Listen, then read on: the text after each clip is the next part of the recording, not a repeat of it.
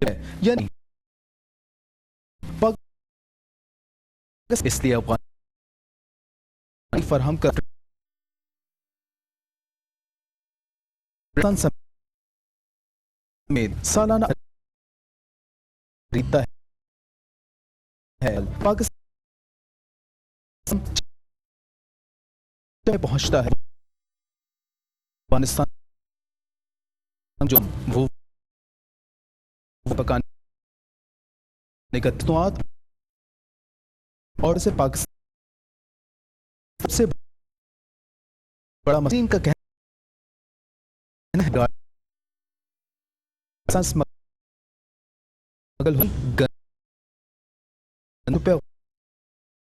افغانستان قانونی ڈالر بند جس کی گزرتی ہے اس پاکستانی ایکشن کے بعد جس کے ذریعے چمن اور تورخم کے بارڈرز کو بند کر دیا گیا ہے کس حد تک افغان معیشت متاثر ہوگی اس پر بات کرنے کے لیے ہمارے ساتھ موجود ہیں جمال ترقی جو کہ سابق صدر رہے کوئٹہ چیمبر آف کامرس کے اور پاک افغان ٹرانزٹ ٹریڈ پر گہری نظر رکھتے ہیں. جی ترقی صاحب یہ جو تجارت بند ہو رہی ہے پاکستان اور افغانستان کے درمیان چمن بند ہو گیا تورخم بند ہو گیا اس کا افغان معیشت پہ کتنا اثر پڑتا ہے؟ دیکھیے سب سے پہلے تو افغانستان کی معیشت کو یہاں چمن بارڈر کی جو میں فگر دوں گا وہ 300 ملین افغانی پیسوں کی ٹیکس ان کی گورنمنٹ کو افغان کی گورنمنٹ کو نقصان ہو رہے ہیں اور جو عوام کو نقصان ہو رہا ہے ان کو یہ ہے کہ ان کے سب سے پہلے جو ضروری اشیاء ہیں خوراک کی جس میں دال ہیں گھی ہیں سبزیجات ہیں فریش فروٹ ہیں سٹل پروڈکٹس ہیں میڈیسن ہے گوشت ہیں مرغی انڈے ہیں یہ وہ بنیادی ضروریات ہیں یہ تو عوام کو نقصان ہو رہے ہیں. اور اگر میں تورخم کی بارڈر کو بھی اس میں ڈال دوں تو تورخم کے بارڈر چمن کے بارڈر سے زیادہ ہوتا ہے تو یہ تقریباً 600 سے 700 ملین پر ڈے ایک دن کے ان کو معیشت کو حکومت ان کے گورنمنٹ کو نقصان ہے. اور آپ اندازہ لگائے تو عوام کو جو چیزیں نہیں پہنچے گی اور ان کو متبادل کوئی ایسا بارڈر ان کے پاس نہیں ہے جو یہ چیزیں وہاں اویل ہو تو ان کو تو سب سے زیادہ نقصان افغانستان کو ہو رہا ہے. کیا بین الاقوامی سچویشن کیا ہے اس حوالے سے جو یہ ٹرانزٹ ٹریڈ ہوتا ہے؟ ہماری ایک ایگریمنٹ ہوا تھا افغانستان پاکستان ٹریڈ ایگریمنٹ 2010 میں ہم لوگوں نے کیا تھا اور 3 بارڈر ہم لوگوں نے اس میں فعال کرنا تھا تورخم غلام جان اور چمن بارڈر. غلام جان چونکہ سیکورٹی کے حالات کی وجہ سے ہم لوگوں نے نہیں فنکشن کیا اور یہ 2 بارڈریں چل پڑی لیکن فوقتاً بند ہوتی رہی. اس میں تاجروں کی نقصان تو سب سے زیادہ ہو گیا تھا لیکن سیکورٹی حالات کی وجہ سے یہ ایگریمنٹ میں ہمارے شامل ہے کہ ہم بارڈر بند کر سکتے ہیں. آپ کو بخوبی علم ہے کہ سیکورٹی کے حالات کی وجہ سے ہم اس بارڈر بند ہو چکے ہیں لیکن عوام کو یہاں کے تاجر ہماری ایکسپورٹ میں بھی نقصان ہو رہا ہے اور افغانستان کو تو خصوصاً عوام کو بھی اور گورنمنٹ کے ٹیکس کے معاملات میں بھی بڑا نقصان ہو رہا ہے. بہت بہت شکریہ. اور افغانستان کی حکومت نہیں سوچتی کہ جس ملک سے اس کا اتنا قریبی تعلق ہے اتنا اہم کردار ہے جس ملک کا نہ صرف یہ کہ موجودہ حالات میں ٹریڈ میں بلکہ افغانستان کی تاریخی جو پاکستان نے مدد کی ہے 40 لاکھ افغان پاکستان میں مہمان رہے ہیں اور 40 سال تک مہمان رہے ہیں اس کے باوجود افغانستان کی سرحد افغانستان کے علاقے افغانستان کی حکومت استعمال ہو رہی ہے پاکستان کے خلاف بھرپور دہشت گردی کے لیے. خبر سے بریک اور اس کے بعد ذکر کریں گے پاکستان میں جوابی تیاریاں ہیں ہر لحاظ سے غیر اعلانیہ ایمرجنسی ہے تمام اقدامات کیے جا رہے ہیں صورتحال سے نمٹنے کے لیے دہشت گردی کی اس وبا سے اس لہر سے نمٹنے کے لیے اس کا احاطہ آپ کو دیں گے ایک چھوٹے سے وقفے کے بعد.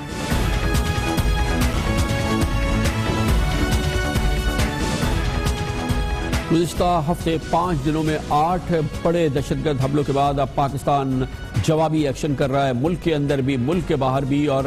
سیاسی اور فوجی قیادت بھرپور ایکشنز کر رہی ہے اور ایسا لگتا ہے کہ اس وقت ملک میں غیر اعلانیہ ایمرجنسی ہے اور تمام اقدامات اسی انداز سے اور اسی ایمرجنسی کے ساتھ کیے جا رہے ہیں جو کہ اس حالات اس کا تقاضا ہے. ایک جانب تیاریاں مکمل ہو رہی ہیں فوجی عدالتیں دوبارہ قائم ہو جائیں گی اور آئندہ چند دنوں میں اس سلسلے میں اعلان ہو جائے گا. پاکستان کی تمام سیاسی جماعتیں مع سوائے پاکستان پیپلز پارٹی اس کے لیے تیار ہیں اور اس کے لیے آئین میں جو ترمیم کرنی ہے وہ بھی فوری طور پہ ہو جائے گی. اس کے علاوہ اب اقدامات کیے جا رہے ہیں فوری طور پہ اب فاٹا کو صوبہ خیبر پختونخوا میں ضم کرنا ہے تاکہ فاٹا کے حالات کے لحاظ سے مخصوص قوانین جو وہاں پر ہیں ان کا خاتمہ ہو سکے اور فاٹا اور خیبر پختونخوا ایک جگہ مل سکے۔ سندھ کی حکومت نے فیصلہ کیا ہے کہ یہاں کی انسداد دہشت گردی کی عدالتوں کو اب جیل منتقل کر دیا جائے گا۔ انسداد دہشت گردی کے تمام مقدمات جیل میں چلیں گے۔ اس کے علاوہ ایک اور بہت اہم فیصلہ آج ہوا ہے، پنجاب میں رینجرز باقاعدہ طلب کی جا رہی ہیں، ان کو اختیارات دیا جا رہا ہے اور بھرپور انسداد دہشت گردی کی جو کیمپین چل رہی ہے پنجاب میں اور اب مزید چلائی جائے گی، اس میں رینجرز کو بہر صورت شامل کیا جائے گا۔ اس سلسلے میں ہم آپ کو دکھاتے ہیں ایک خصوصی رپورٹ ہمارے نمائندے خصوصی مسعود رضا سے۔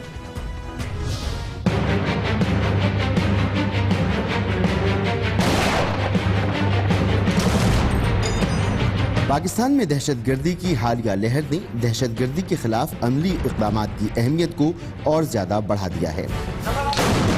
سینکڑوں دہشت گردوں کا صفایا کیا جا چکا ہے اور بڑے پیمانے پر گرفتاریاں عمل میں آئی ہیں۔ گرفتار دہشت گردوں کو فوری سزا کے لیے ایک بار پھر ان فوجی عدالتوں کے قیام کا معاملہ گرم ہے جو 7 جنوری 2017 کو 2 سالہ آئینی مدت مکمل کر کے تحلیل ہو چکی ہیں، اور اب پارلیمنٹ کی مرکز فروری کو ہوگا، جس سے ایک دن پہلے ذیلی کمیٹی برائے فوجی عدالتوں کے اجلاس میں ملک کی سیاسی قیادت بنیادی اتفاق رائے کی کوشش کر چکی ہوگی۔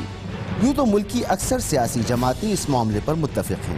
لیکن دائیں بازو کی جماعت JUI کا مطالبہ تھا کہ مذہبی اور فرقہ وارانہ دہشت گردی کے الفاظ اگر فوجی عدالتوں کے قیام کے مجوزہ بل میں شامل ہوئے تو JUI فوجی عدالتوں کے قیام کی حمایت نہیں کرے گی، مگر اب مولانا بھی راضی نظر آتے ہیں۔ مذہب اور فرقے کا لفظ نکالو پہلے اس سے، پھر اس کے بعد اس پر ہم آمادگی ظاہر کر سکتے ہیں، سب کرتے ہیں، ورنہ اصولی طور پر ہم فوجی عدالتوں کے حق میں نہیں ہیں۔ پاکستان پیپلز پارٹی فرقہ وارانہ دہشت گردی کے خلاف حکومتی کارکردگی سے غیر مطمئن ہے اور اصولی طور پر ایک دن کے لیے بھی فوجی عدالتوں کے قیام کے خلاف ہے، مگر معلوم ہوتا ہے کہ وقت کے تقاضے پاکستان پیپلز پارٹی کو بھی فوجی عدالتوں کے قیام پر ایک بار پھر راضی کر دیں گے۔ اس پہ ہم غور کریں گے، سنجیدگی سے غور کریں گے، پر جبلتاً ہم فوجی عدالتوں کے ایک دن کے لیے بھی خلاف ہیں۔ دہشت گردی کے خلاف جنگ میں ATC کوڈ فوری فیصلوں کے لیے بنائی گئی تھی، جہاں 7 سے 14 دن میں چالان پیش کرنا تھا اور زیادہ سے زیادہ 3 ماہ میں فیصلہ دے دینا تھا، مگر ایسی مثالیں ڈھونڈنے پر بھی بمشکل ملیں گی۔ سندھ میں کل 19 انسداد دہشت گردی کی عدالتیں ہیں، جن میں اب بھی 3500 سے زائد مقدمات زیر التوا ہیں۔ پنجاب میں ATC کی 14 عدالتیں ہیں، جن میں 800 مقدمات زیر التوا ہیں۔ ملک میں مخصوص حالات ہیں اور خصوصی فیصلے کیے جا رہے ہیں، جس میں سندھ نے انسداد دہشت گردی کی 8 عدالتوں کو کراچی کے علاقے کلفٹن سے سینٹرل جیل منتقل کرنے کا فیصلہ کیا ہے۔ اسی طرح ایک اور اہم معاملہ جو دہشت گردی کے خلاف جنگ سے براہ راست جڑا ہوا ہے، وہ دہشت گردوں کی سزائے موت کے فیصلے پر عمل درآمد کا نہ ہونا ہے۔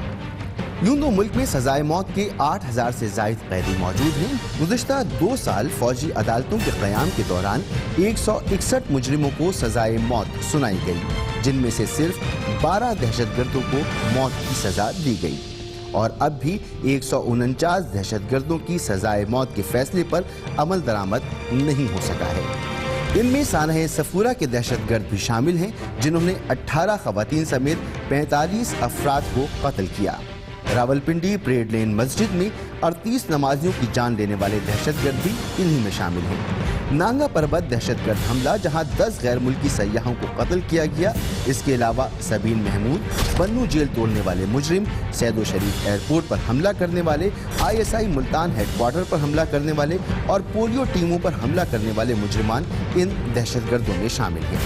عام تاثر یہی ہے کہ ان مجرموں کو سزائے موت نہ دینے کا فیصلہ بین الاقوامی دباؤ کی وجہ سے کیا گیا ہے۔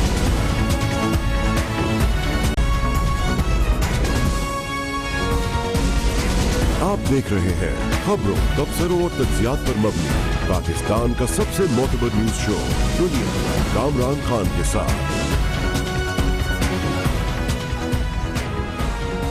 بظاہر تو دہشت گردی کی حالیہ لہر ریاست پاکستان اور اس کے شہریوں کے لیے آج کا سب سے بڑا چیلنج ہے،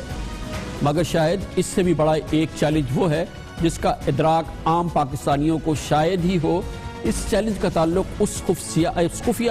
نفسیاتی مہم سے ہے جو سائبر وارفیئر کہلاتی ہے، جو دشمن قومی سلامتی کے اہم ترین اداروں کے کلیدی عہدوں پر فائز لوگوں کے خلاف آج کل خاص طور پر سوشل میڈیا کے ذریعے پھیلا رہا ہے۔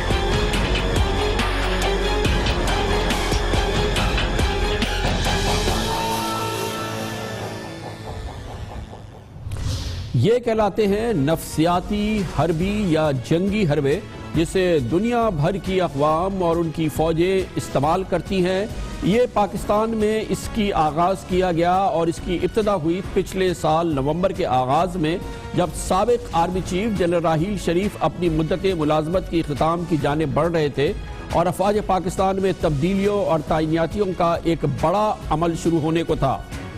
اس کے بعد اسی زمانے میں دشمن کی جانب سے بظاہر ایک سوچے سمجھے منصوبے کے تحت اس کا نشانہ نئے آرمی چیف کے لیے جو ممکنہ نام تھے ان کو بنایا گیا، مگر ان کا سب سے بڑا ہدف بنے جنرل قمر جاوید باجوہ، جن کے مذہبی عقائد کو 100% جھوٹ کی بھیٹ چڑھایا گیا اور اس کے ساتھ ہی قومی انٹیلیجنس میں ریڑھ کا ہڈے کا درجہ رکھنے والی ISI میں ہونے والی معمول کی تبدیلیوں کو بھی متنازعہ بنانے کی کوشش کی گئی۔ تشویشناک بات یہ ہے کہ یہ پراسرار سلسلہ جنرل قمر جاوید باجوہ کے پاک فوج کے سپہ سالار کا عہدہ سنبھالنے کے بعد بھی نہ رکا۔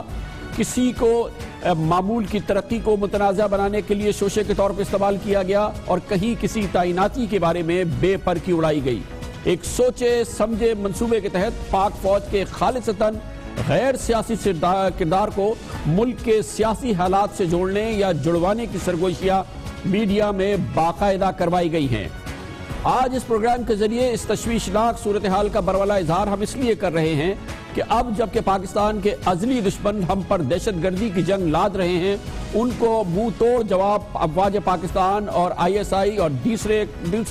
جو ہمارے کلیدی قومی ادارے ہیں دے رہے ہیں، مگر اسی وقت ان قومی اداروں کی لیڈرشپ کے بارے میں چپ کے ابہام پیدا کیا جا رہا ہے اور اس کے لیے بڑا ماہرانہ انداز اپنایا جا رہا ہے۔ کون نہیں جانتا کہ جیسے ہی گزشتہ ہفتے تابڑ توڑ دہشت گرد حملے شروع ہوئے، سوشل میڈیا کے ذریعے اچانک سابق chief of army staff general Raheel Sharif کو یاد کرنے کی فضا قائم کی گئی اور تیری یاد آئی تیرے جانے کے بعد جیسے جملوں کو واٹس ایپ، ٹویٹر اور فیس بک کے ذریعے پھیلایا گیا، اور دوسری جانب ISI کے ایک اہم عہدیدار پر سیاست میں ملوث ہونے کے بے رحمانہ الزامات سوشل میڈیا پر پھیلا دیے گئے۔ اس لیے ہم سمجھتے ہیں کہ اس وقت ریاست پاکستان کی قومی سلامتی اور اس کے اداروں کو دو کلیدی چیلنجز کا سامنا ہے، ایک ظاہری اور ایک ہے خفیہ۔ ظاہری چیلنج وہ ہے جو کبھی کلدم جماعت الاحرار، کلدم لشکر جنگی اور کلدم تحریک طالبان اور خراسانی گروپ اور داعش کا لبادہ اوڑھ لیتا ہے اور پاکستان کے بین الاقوامی دشمنوں کی چالوں پر عمل کر کے پاکستان میں خون کی ہولی کھلوا دیتا ہے۔ دوسری جانب انتہائی خفیہ اور ماہرانہ انداز میں پاکستانی فوج کے کمانڈرز کے بارے میں بد اعتمادی کی فضا قائم کی جا رہی ہے۔ یہ معاملہ بہت ہی سنگین ہے، اس لیے بھی نہیں کہ صرف chief of army staff general Qamar Javed Bajwa, director general inter services intelligence lieutenant general Naveed Mukhtar, director general inter services public relations major general Asif Ghafoor یا کسی اور جنرل آفیسر کو متنازع بنانے کا یہ کام نہیں ہے، بلکہ اس کے ذریعے دشمن پاکستان کو اور افواج پاکستان کو ناقابل تلافی نقصان پہنچانا چاہتا ہے، اور اب ذمہ داری ہے وزیر اعظم جناب نواز شریف کی کہ وہ اس سازش کو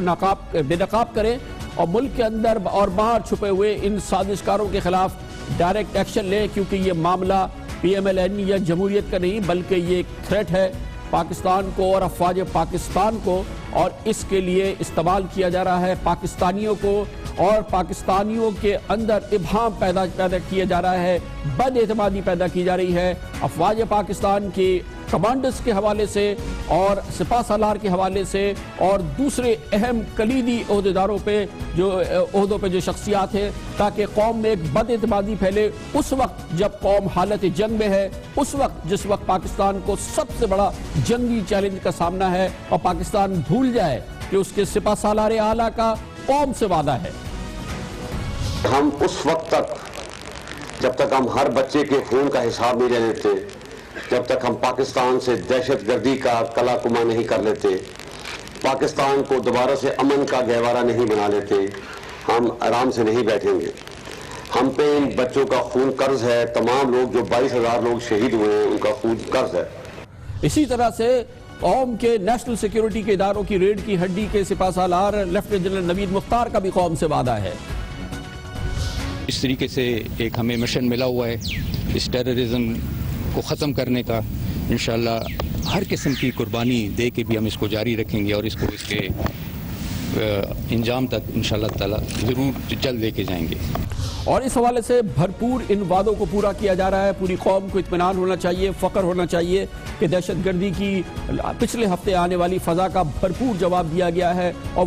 وہ کچھ کیا گیا ہے جو اس سے پہلے نہیں کیا گیا۔ 2 دن کے اندر پاکستان میں دہشت گردوں کے خلاف جس طرح سے سیکیورٹی ایجنسیز ٹوٹ پڑی ہیں، جس طرح سے انہیں چن چن کر ہلاک کیا گیا ہے، اور جس طرح سے اب سے تھوڑی دیر پہلے تک 110 سے زائد بدنام ترین ایسے لوگوں کو جو کہ تقریب کار تھے، جو دہشت گرد تھے، ان کو ہلاک کیا گیا ہے۔ اس کے علاوہ پہلی بار پاکستانی فوج نے چمن اور ترخم میں پاک افغان سرحد پر بھرپور کارروائی کی ہے۔ آج بھی وہاں پر ہیوی آرٹلری پہنچائی گئی ہے، سرحدی علاقوں میں نقل و حرکت روکنے کی سخت نگرانی کر دی گئی ہے، بارڈرز بند ہیں۔ گزشتہ 3 روز کے دوران خیبر، کرم اور محمد ایجنسی سے متعلق افغان علاقوں میں پہلی بار دہشت گرد تنظیموں جماعت الاحرار، کالعدم TTP کے درجنوں دہشت گردوں کو ہلاک کیا گیا ہے۔ 12 سے زیادہ تربیتی کیمپس تباہ کیے گئے ہیں، اسلحہ ڈپو تباہ کیے گئے ہیں، اور اس میں افغانستان میں واویلا مچ گیا ہے، کیونکہ پاکستان نے پہلی بار جو ہے پاک افغان سرحد پہ موجود ان دہشت گرد ٹھکانوں پر حملہ کیا ہے۔ ان حملوں میں TTP کا انتہائی مطلوب دہشت گرد کمانڈر رحمان بابا، جماعت الاحرار کا اہم کمانڈر ولی مارا ہے۔ اطلاعات کے مطابق پاک فوج نے جن علاقوں پر حملے کیے ہیں ان میں صوبہ ننگرہار اور کنڑ کے علاقے شامل ہیں، اور یہاں پر خاص طور پہ لال پورہ اور سرکار نو کے علاقے شامل ہیں جہاں پر دہشت گردوں کے حملے تھے۔ دوسری جانب پاک فوج حرکت میں آئی ہے، اور اس کے لڑاکا تیاروں نے کل شمالی وزیرستان کے علاقے میں افغان سرحد کے پاس ہی دہشت گردوں کے کئی خفیہ ٹھکانوں پر بھرپور بمباری کی ہے، اور 15 سے زائد دہشت گردوں کو ہلاک کیا ہے، ان کی خفیہ ٹھکانوں کو تباہ کیا ہے۔ قوم سے کیا ہوا وعدہ افواج پاکستان کے سپاہ سالار پورا کر رہے ہیں، اور اس انداز سے پورا کر رہے ہیں جو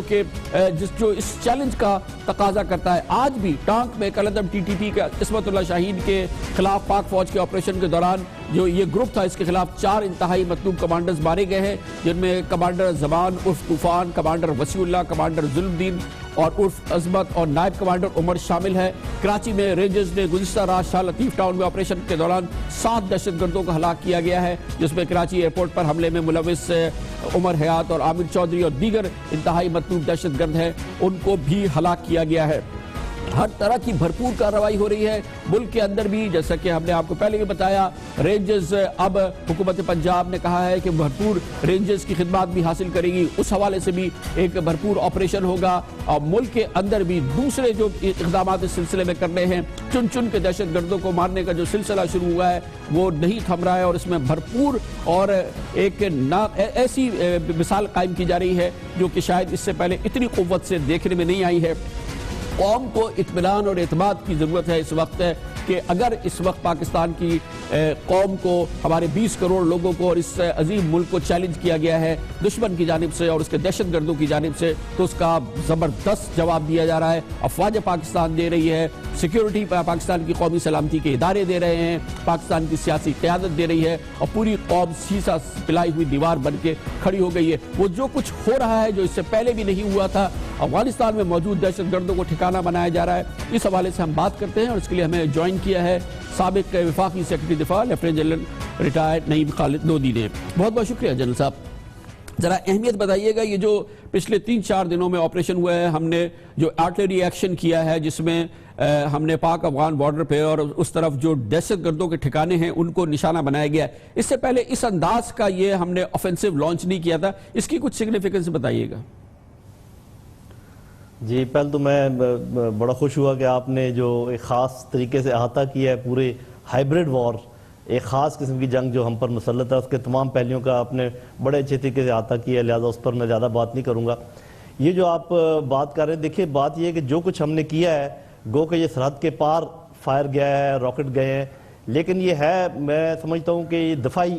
عمل ہے، اس لیے کہ ہمیں پتہ ہے کہ وہاں سے لوگ آئے ہیں، وہاں ان کے بیسز ہیں، تو فوجی اصطلاح میں جب کوئی آپ کے اوپر حملہ کرے اور اس کے بیس کے اوپر آپ جوابی کارروائی کریں تو اس کو ہم دفاعی عمل کہتے ہیں، یہ ابھی تک اوفینسو نہیں ہے۔ اور یہ بات سمجھنے کی ہے افغانستان کے لیے یا وہ لوگ جو افغانستان میں بیٹھ کر یہ اس قسم کی کارروائی کر رہے ہیں کہ ابھی تک پاکستانی فوج نے اوفینسو لانچ نہیں کیا ہے، اور اس سے پہلے کی آپ نے کارروائیاں دیکھ لی ہیں، تو اگر اوفینسو لانچ کرنے کی ضرورت پڑی تو میرا خیال ہے کہ اس سے بھی گریز نہیں کیا جائے گا۔ بات یہ ہے کہ افغانستان میں تو 50 سے 60% علاقہ افغان حکومت کے کنٹرول میں ہی نہیں ہے، اور اس لیے یہ جو آج آرمی چیف نے بات کی کہ وہ اور ہم مل کر دہشت گردی کا مقابلہ کریں، اس کا یہ مطلب ہے کہ وہ علاقے جو ان کے کنٹرول میں نہیں ہے، اگر وہاں سے ہم پر حملہ ہوتا ہے تو ہمیں بھی اجازت دیں کہ ہم جوابی کارروائی کریں، آپ بھی مل کے ہم اس یہ جو جوابی کارروائی ہم کر رہے ہیں اس کو ہم اگر اس بیک گراؤنڈ میں بھی دیکھیں گے، اس سے پہلے امریکنز کہتے رہے کہ انہوں نے انٹروسو اسٹرائک کی ہے پاکستان کے علاقوں میں جا کے، انہوں نے بقول ان کے سچ جھوٹ دہشت گردوں پہ حملہ کیا، ابھی بھارت نے مسلسل ڈھولک بجا رہا ہے کہ اس نے ایک سرجیکل اسٹرائک کی ہے، تو اس خطے میں تو یہ بات ایک پہلے ہی دوسرے ملکوں نے طے کر دی ہے کہ اس قسم کے ایکشن جو ہے وہ بالکل حقدار ہے، تو ہم تو کچھ بھی کر سکتے ہیں اس سلسلے میں۔ ہاں بالکل آپ درست کہہ رہے ہیں، اور آپ یہ دیکھیں کہ سعودی عرب نے بھی یمن میں کارروائی کی ہے، تو یہ ابھی دنیا میں ایک وتیرہ بن گیا ہے کہ آپ کا دشمن جہاں بھی ہو،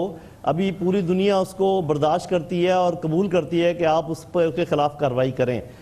میرا خیال ہے اس لیے آپ بالکل صحیح کہہ رہے ہیں کہ اس خطے میں پہلے یہ کام ہو رہے ہیں، تو اس میں کوئی اچھا جل صاحب اس کا کیا علاج ہوگا کہ ابھی تو یہ سرحد کے پاس جو ٹھکانے ہیں وہاں پر ہم نے حملے کیے، یہ لوگ اور پیچھے چلے جائیں اور ڈیپ چلے جائیں، پھر ہم کیا کریں گے؟ جی بہت کچھ کیا جا سکتا ہے، اور وہ تمام کارروائی کی جا سکتی ہے جو باقی لوگوں کو آپ نے کرتے ہوئے دیکھا ہے۔ ہمارے پاس اللہ کے فضل سے ڈرون بھی ہیں، ہمارے پاس جہاز بھی ہیں، سب کچھ ہے، صرف یہ ہے کہ میرے خیال پاکستان جس بات کا لحاظ کر رہا ہے وہ یہ ہے کہ وہاں پر چونکہ امریکی افواج موجود ہیں اور افغانستان سے ہم دوستانہ تعلقات چاہتے ہیں، تو حتی الوسع ہم نے کوشش کی ہے کہ ان کے ساتھ ایسے کام نہ کیے جائیں جس سے وہ زیادہ ناراض ہو، لیکن میرا خیال ہے کہ اب وقت آ گیا ہے اور ہم نے شو کر دیا ہے۔ ایک چیز جو میں ایڈ کرنا چاہوں گا وہ یہ ہے کہ یہ جو مربوط جنگ جس کا آپ نے ذکر کیا ہے، ہائبرڈ وار، اس میں ڈپلومیٹک لیول پر ایک بہت اہم کام کرنے کی ضرورت ہے۔ دیکھیے ایک توازن اس علاقے میں چینج ہوا ہے جبکہ ہندوستان کا مکمل ساتھ امریکیوں نے دینے کا فیصلہ کیا ہے افغانستان کے تھرو، تو ابھی ہمیں یہ جو ہم ذرا آہستہ آہستہ بڑھ رہے ہیں، چین کے ساتھ ہماری دوستی اچھی موجود ہے، روس ہمیں بار بار یہ اندیا دے رہا ہے کہ ہم آپ کی مدد کر سکتے ہیں، ذرا ہمیں تیزی کے ساتھ اپنا بلاک جو ہے بنا لینا چاہیے، اور وہ جو ہے نا کہ اب تک جو امیدیں ہم نے رکھی ہوئی ہیں کہ پتہ نہیں کون دشمن ہے یا دشمن نہیں، ہمیں مان لینا چاہیے کہ ہندوستان ہمارا نمبر 1 دشمن ہے، اور وہ ممالک جنہوں نے ہم سے ہاتھ کھینچ لیا ہے اب ان سے کوئی زیادہ امید رکھنے کی ضرورت نہیں ہے، تو ہم اپنے معاملات کو ڈپلومیٹک لیول پہ ٹھیک کریں۔ اندرونی بات آپ نے بہت اچھی ہے کہی، فوج کا یہ پرابلم ہے کہ فوج اپنی عزت کی حفاظت اندرونی طور پہ خود نہیں کر سکتی، جب لوگ ایسی باتیں کرتے ہیں جن کا آپ نے ذکر کیا تو بھائی کسی کی ذمہ داری ہے کہ ایسے قوانین بنائے جائیں، ایسے لوگوں کو پکڑیں۔ آپ نے بہت اچھا کیا کہ میڈیا کے تھرو آپ نے یہ ساری بات کی، باقی میڈیا کی بھی رسپانسبلٹی ہے کہ فوج کی عزت کا تحفظ کریں، پیمرا کی بھی رسپانسبلٹی ہے کہ جہاں بھی ان کو کوئی ایسی بات ملے وہ پوچھیں کہ بھی یہ بات اب کس بنیاد پہ کر رہے ہیں، کیا آپ کے پاس اس کی اتھینٹسٹی ہے۔ تو میں چاہتا ہوں کہ اگر یہ ڈپلومیٹک لیول پر بھی ہو، اندرونی طور پر بھی ہم اپنے آپ کو کنسولیڈیٹ کریں اور اپنا تھوڑا آفینسو رویہ دکھائیں، جو کچھ دشمن ہمارے ساتھ کر رہا ہے وہ کرنے پر ہم رضامند ہوں اور وہ کریں، تو انشاءاللہ آپ دیکھیں گے کہ یہ جنگ آخر ہم جیتیں گے، یہ خانوں میں لڑنے والی جنگ نہیں ہے۔ جنرل صاحب اس کے لیے کیا مزید ہمیں جارحانہ حکمت عملی ترتیب دینی ہوگی، کیونکہ ہم نے کہا کہ ہم نے 38 گروہوں کی گروپس کی جو کہ ٹیررزم پاکستان میں کر رہے ہیں، ہم نے افغان حکومت کو ان کی فہرست دی ہے، بچے بچے پاکستانی کو پتہ ہے کہ کس طرح سے پاکستان پر بلوچستان میں قبائلی علاقوں میں کراچی میں لاہور پہ یہ حملے کراتے ہیں اور یہ دہشت گرد یہ خودکش حملہ آور وہاں سے آ رہے ہیں اور آج سے نہیں آ رہے ہیں پچھلے 12-13 سال سے یہ مسلسل ہم پہ دہشت گردوں کی اور خودکش بمباروں کی بارش ہو رہی ہے. اب ہمیں کیا مزید جارحانہ پالیسی کرنی ہوگی کیونکہ ہمیں تو اس جگہ پہ پہنچنی ہوگی جہاں یہ ٹھکانے ہیں؟ جی اس میں تو کوئی شک ہی نہیں ہے. میں تو بڑے عرصے سے یہ بات کہہ رہا ہوں کہ یہ اس قسم کی جو جنگ ہے لو انٹینسٹی کانفلکٹ اس میں دفاعی جنگ جو ہے ہر جگہ کا دفاع کرنے کی کوشش کرنا یہ بہت مہنگا بھی ہوتا ہے اور بہت مشکل بھی ہے ناممکن بھی ہے. جب تک جو کچھ آپ کے ساتھ کیا جا رہا ہے وہ آپ دشمن کے ساتھ نہ کریں اس وقت تک آپ اس کو بات چیت کے ٹیبل پر نہیں لا سکتے. اور وہ تو کوئی چھپی جنگ نہیں کر رہے. ان کے نیشنل سیکورٹی ایڈوائزر نے کہا ہے, ان کے پرائم منسٹر نے کہا ہے, ابھی بکرم سنگھ جو ان کے پرانے آرمی چیف ہیں انہوں نے کہا ہے کہ ہمیں پاکستان کے ساتھ یہ کرنا چاہیے اور وہ ہمیں نظر آ رہا ہے. تو یہ کوئی ایسی بات اب ہم اگر جواب دیں تو بالکل ہم حق بجانب ہوں گے اور اس جواب کے بغیر میں آپ کو یقین دلاتا ہوں کہ نہ تو یہ جنگ ہم جیت سکتے ہیں نہ یہ لوگ ہم سے بات چیت پر آمادہ ہوں گے. مگر اس کے لیے ہمیں افغانستان میں داخل دینا چاہیے. اس کے لیے ہمیں افغانستان میں داخل ہوگا نا جنرل صاحب, کیونکہ یہ تمام سرزمین تمام مقامات تمام ریسورسز جو ہے وہ افغانستان سے استعمال ہو رہے ہیں. دیکھیں بات یہ ہے کہ اس قسم کی جو جنگیں ہوتی ہیں ان میں نظر کچھ آتا ہے ہو کچھ اور رہا ہوتا ہے, کہا کچھ جاتا ہے کیا کچھ جاتا ہے. تو سمپل سی بات یہ ہے کہ دشمن جو آپ کے ساتھ کر رہا ہے وہی کچھ یا اس سے زیادہ کرنے کی آپ کے پاس پورا حق موجود ہے. اس بات کو میں چھوڑ دیتا ہوں کہ وہ آپ نے افغانستان میں کرنا ہے یا کہاں کرنا ہے, لیکن ہماری انٹیلیجنس ایجنسیز اس بات کو اچھی طرح سمجھتی ہیں جو میں بات کر رہا ہوں اور باقی جو فہم رکھنے والے لوگ ہیں وہ بھی سمجھتے ہیں کہ میں کیا بات کر رہا ہوں. لیکن آپ کی بات درست ہے کہ سوائے اوفینسو کے اور کوئی چارہ کار نہیں ہے. بہت بہت شکریہ. لیفٹیننٹ جنرل ریٹائر نعیم خالد لودھی پاکستان کے سابق سیکرٹری دفاع ہمارے ساتھ موجود تھے. 37 سال ہو گئے ہیں افغانستان کے ساتھ, خصوصی طور پہ جو ہمارے یہ تعلقات چل رہے ہیں. افغانستان سے دہشت گردوں کی پاکستان آمد, پاکستانیوں کو نشانہ بنانا, حملہ کرنا, ہم افغانیوں کے مہمان, ہم میزبان, 40 لاکھ افغانی, 40 سال تک ہم میزبان, اس کے باوجود بھی ہم قصوروار. اس صورتحال کا حل کیا ہے یہ ہم پوچھیں گے افغانستان کے ایک انتہائی اہم ماہر سے, افغانستان امور کے انتہائی اہم ماہر سے, ایک چھوٹے سے وقفے کے بعد.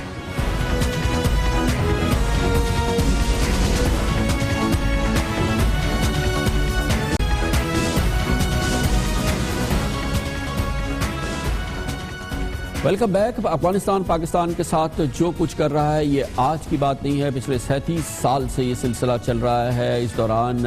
افغانستان پہ روسی افواج قابض ہوئی, پاکستان نے دامے ورمے سکنے کوشش کی کہ افغانستان سے روسی افواج کا انخلا ہو, روس کو وہاں شکست ہو. سوویت یونین اس پوری کاوش کے نتیجے میں ٹکڑے ٹکڑے ہو گیا. اس دوران جب